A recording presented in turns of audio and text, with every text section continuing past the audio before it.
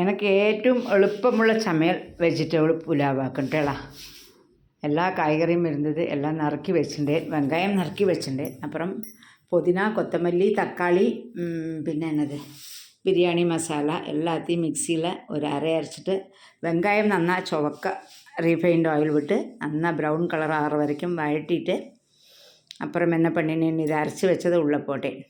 அதுக்கப்புறம் காயை உள்ளே போட்டேன், அரிசியை உள்ளே போட்டேன். அதுக்கப்புறம் ஒரு ஸ்பூன் நெய்யை விட்டேன், கொஞ்சம் தயிரை விட்டேன். எல்லாத்தையும் குக்கரில் வச்சு ஷுஷுன்னு 3 விசில் ஆயாச்சு. பணி എളുപ്പമല്ലവാ, எனக்கு എളുപ്പമുള്ള പണി അതാക്കും. രണ്ടാമത് இந்த சாம்பாரும் எல்ச்சேரி புளிச்சேரி எல்லாத்தையும் கழிச்சிட்டு மதி ஆயாச்சு. நிறைய விதமான குழம்புகள் இருக்குது நம்ம பண்ணுறதுக்கு. பொரிச்ச குழம்பு இருக்குது, நிறைய இருக்குது. என் குட்டிக்கு எங்காத்து குட்டிக்கு இருக்கு ஒன்றும் பிடிக்காது. இன்றைக்கி 10 பேருக்கு 10 எண்ணம் வைக்கிறதுக்கே வையா சொல்லிவிட்டு இன்றைக்கி இதை பண்ணலாம். ஆத்துக்காரையும் கூட்டிகிட்டு வெளியில் போக வேண்டி இருந்தது. இன்றைக்கி எங்கள் ஆத்துக்காரோட ஸ்டார் ஆக்கும், நட்சத்திரம் பிறந்தநாளாக்கும். அப்போது ஒன்றும் பண்ணலை. அப்போ சரி சொல்லிவிட்டு இந்த இந்த இந்த அழகி இருக்கா பாருங்க, என்ன பேச விடுறாளா பாருங்க, காலை கடிச்சுட்டே இருக்கா. அடி வாங்க போகிறா. இப்போ நீ கொண்டு போய் எங்கேயாவது விட போகிறேன்னு ஒன்று அத்தனை பேர். என்னடி இது, என்ன வெறியாக்குது, என்ன வெறியாக்கும் அம்மா. நான் கீழே வந்தால் நான் போகிற வரைக்கும் கீழேருந்து மேலே வரதே இல்லை. மேலே வந்தால் அவள் என்ன காலை சுற்றி நடக்க விடுறதில்லை. அப்படி விசில் ஆனதும் திறந்ததுக்கு பார்க்க நிற்கலை. மூடி வச்சதுக்கப்புறம் நான் பாட்டுக்கு எங்கள் ஆத்துக்காரையும் கூட்டிகிட்டு வெளியில் கிளம்பி விட்டுட்டலாம். அப்படியே நம்ம அங்கே போகிறோம். சாப்பிட்டாயாச்சு. பிரியாணி நல்லா இருந்ததுட்டலாம். இது மெட்ராஸில் எக்மோர் கோர்ட் ஆக்கும். எக்மோர் கோர்ட் சூப்பராக இருக்கும் பார்க்குறதுக்கு. கோர்ட்டு நல்ல காரியமல்ல, എന്നാലും அது பார்க்குறதுக்கு அத்தனை எல்லாமே இந்த பிரிட்டிஷ் காலத்தில் உள்ள பில்டிங்கள் எல்லாம் நல்லா இருக்கும். இது அதுக்கப்புறம் புதுப்பேட்டை தெரியாதவரே இருக்காது டேலா. சிந்தாதிரிப்பேட்டையும் புதுப்பேட்டையும் ஆட்டோக்கு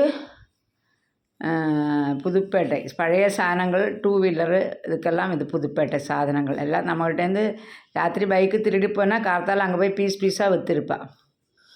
புதுப்பேட்டை இதாக்கும். ஆட்டோவுக்கு சிந்தாதிரிப்பேட்டை. எல்லா சாதனங்களும் கிடைக்கும். அம்மா அப்பா தர ஆட்டோவோடும் காரோடும் எல்லாம் மோஸ்ட்லி அது ஆட்டோவோடாக்கும். பழசு ராத்திரி ஒரு வண்டி காணாக்கி போச்சு வச்சுக்கோங்க, கார்த்தால் பார்த்தா இன்ஜின் ஒரு பாகம், டயர் ஒரு பாகம் எல்லாம் கிடைக்கும். அதாக்கும் புதுப்பேட்டை. நிறைய பேருக்கு மெட்ராஸில் இருக்கிறவருக்கு தெரியும், வெளியில் உள்ளவருக்கு ஒரு அனுபவம். எல்லாம் கிடைக்கும் அங்கே. நம்மக்கிட்ட என்ன பைசா இருக்கோ அதுக்கு தகுந்த மாதிரியான எல்லா சாதனங்களும் இந்த புதுப்பேட்டையில் கிடைக்கும். நிறைய பேர் அது எந்த நாளும் பிஸியாக இருக்கும். ஆனால் நம்மளுக்கு அது சாமர்த்தியமானம், இல்லாட்டா நம்மளை ஏமாற்றி போடுவா. பார்த்து வாங்க தெரியலை, பயிட்டிச்சு விடுவா. அப்படியே நம்ம மவுண்ட் ரோட்டில் டச் ஆகிறோம். மவுண்ட் ரோட்டில் நம்ம சரியாக பார்க்கண்டது, ஐயோ சாரி, அதுக்கு முன்னாடி இது மல்டி ஸ்பெஷாலிட்டி ஹாஸ்பிட்டல் டேலாம். கருணாநிதி அது தலைமைச் செயலமாக கட்டி அது ஜெயலலிதா வந்தப்போ மாற்றிட்டு பல்நோக்கு மருத்துவமனை, மல்டி ஸ்பெஷாலிட்டி ஹாஸ்பிட்டல், உயர் ரக ட்ரீட்மெண்ட்டுக்கான ஒரு ஹாஸ்பிட்டல். அந்த பில்டிங் அவ்வளோ நல்லா இருக்கும் பார்க்குறதுக்கு. அது அவர் கருணாநிதி பீரியடில் தலைமை செயலாளம் கட்டிட்டு அதில் 1 2 அசம்பிளி நடக்கவும் செய்தது. ஜெயலலிதா வந்ததும் அதை மாற்றினா.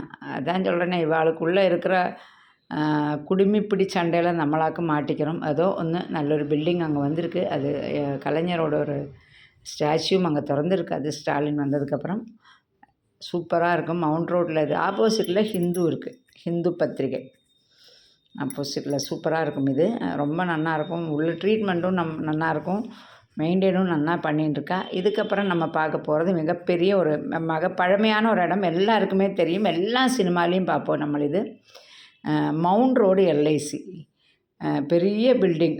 மவுண்ட் ரோடுக்கே ஒரு அடையாளம் அந்த எல்ஐசி தான்.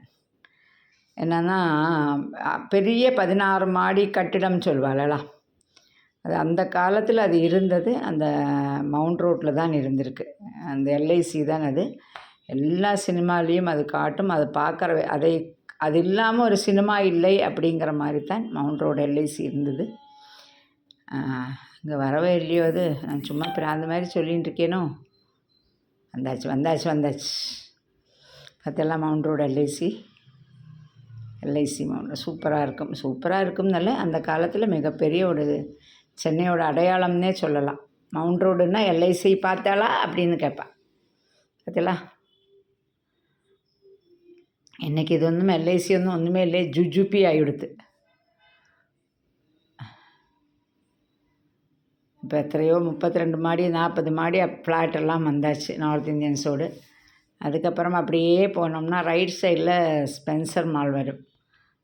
ஃபஸ்ட்டு ஒரு ஷாப்பிங் மால் அப்படின்னா இது ஸ்பென்சருக்கு ஆப்போசிட்டில் இருக்க எல்லாமே அந்த காலத்து பிரிட்டிஷ் காலத்தோட கட்டிடம் தான்.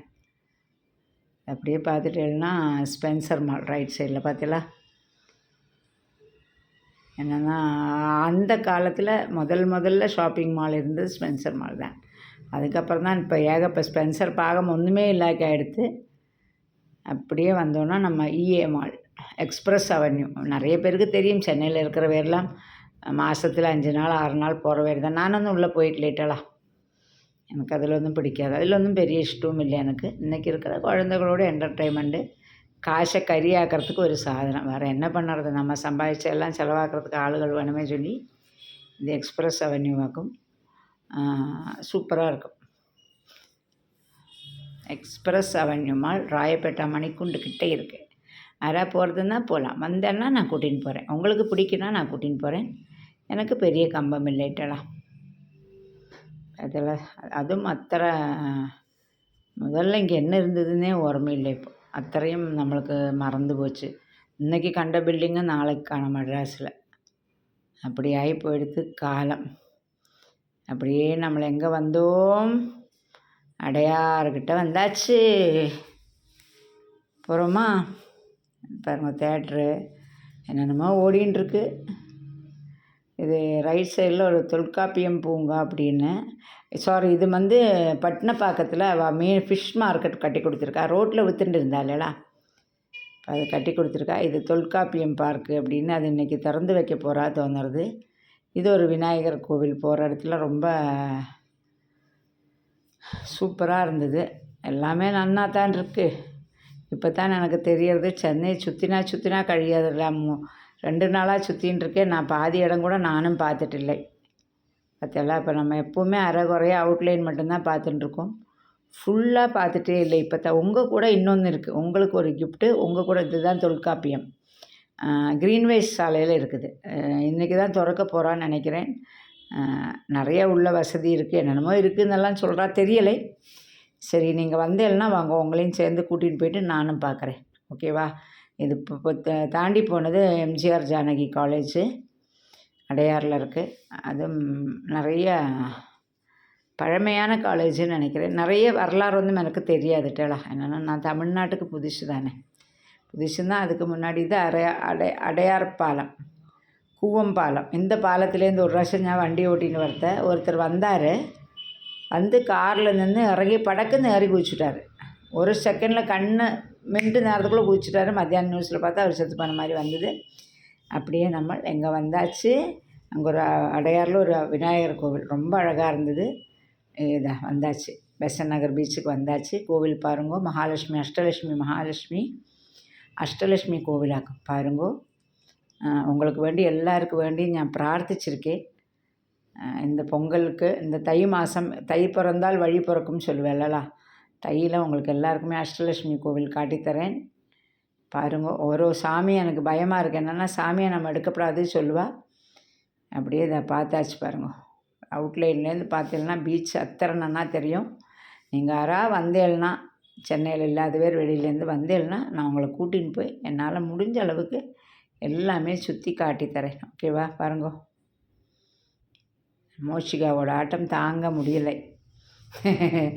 என்னோடய கேமராமேனே இவளோட அம்மையாக்கும் அவளோட அம்மையாக்கும் அவள் அம்மா எல்லோரும் சேர்ந்து சரி வாங்க கோவிலுக்கும் போகலாம், அதையும் போகலான்னு சொல்லிவிட்டு அப்படியே வந்தோம். அப்படியே எல்லாம் அப்படியே ஒரு டவர் மாதிரி இருக்கும் அந்த கோவில். இப்படி ஏறி பார்க்கலாம். ஒரு சாமியை பார்த்தாச்சு. ஒரு சாமி தைரியலக்ஷ்மி, அதை மட்டும் உங்களுக்கு காட்டி தரேன். எல்லோரும் தைரியமாக இருங்கோ. அதனால தான் தைரியலக்ஷ்மியே நம்மளுக்கு தெரியாமல் வீடியோவில் வந்திருக்கிறதாக்கும். அப்போ என்னாச்சு, எல்லோரும் தைரியத்தோடு இருக்கணும் அப்படிங்கிறது வந்தாச்சு. சரி, நாளைக்கு வேறொரு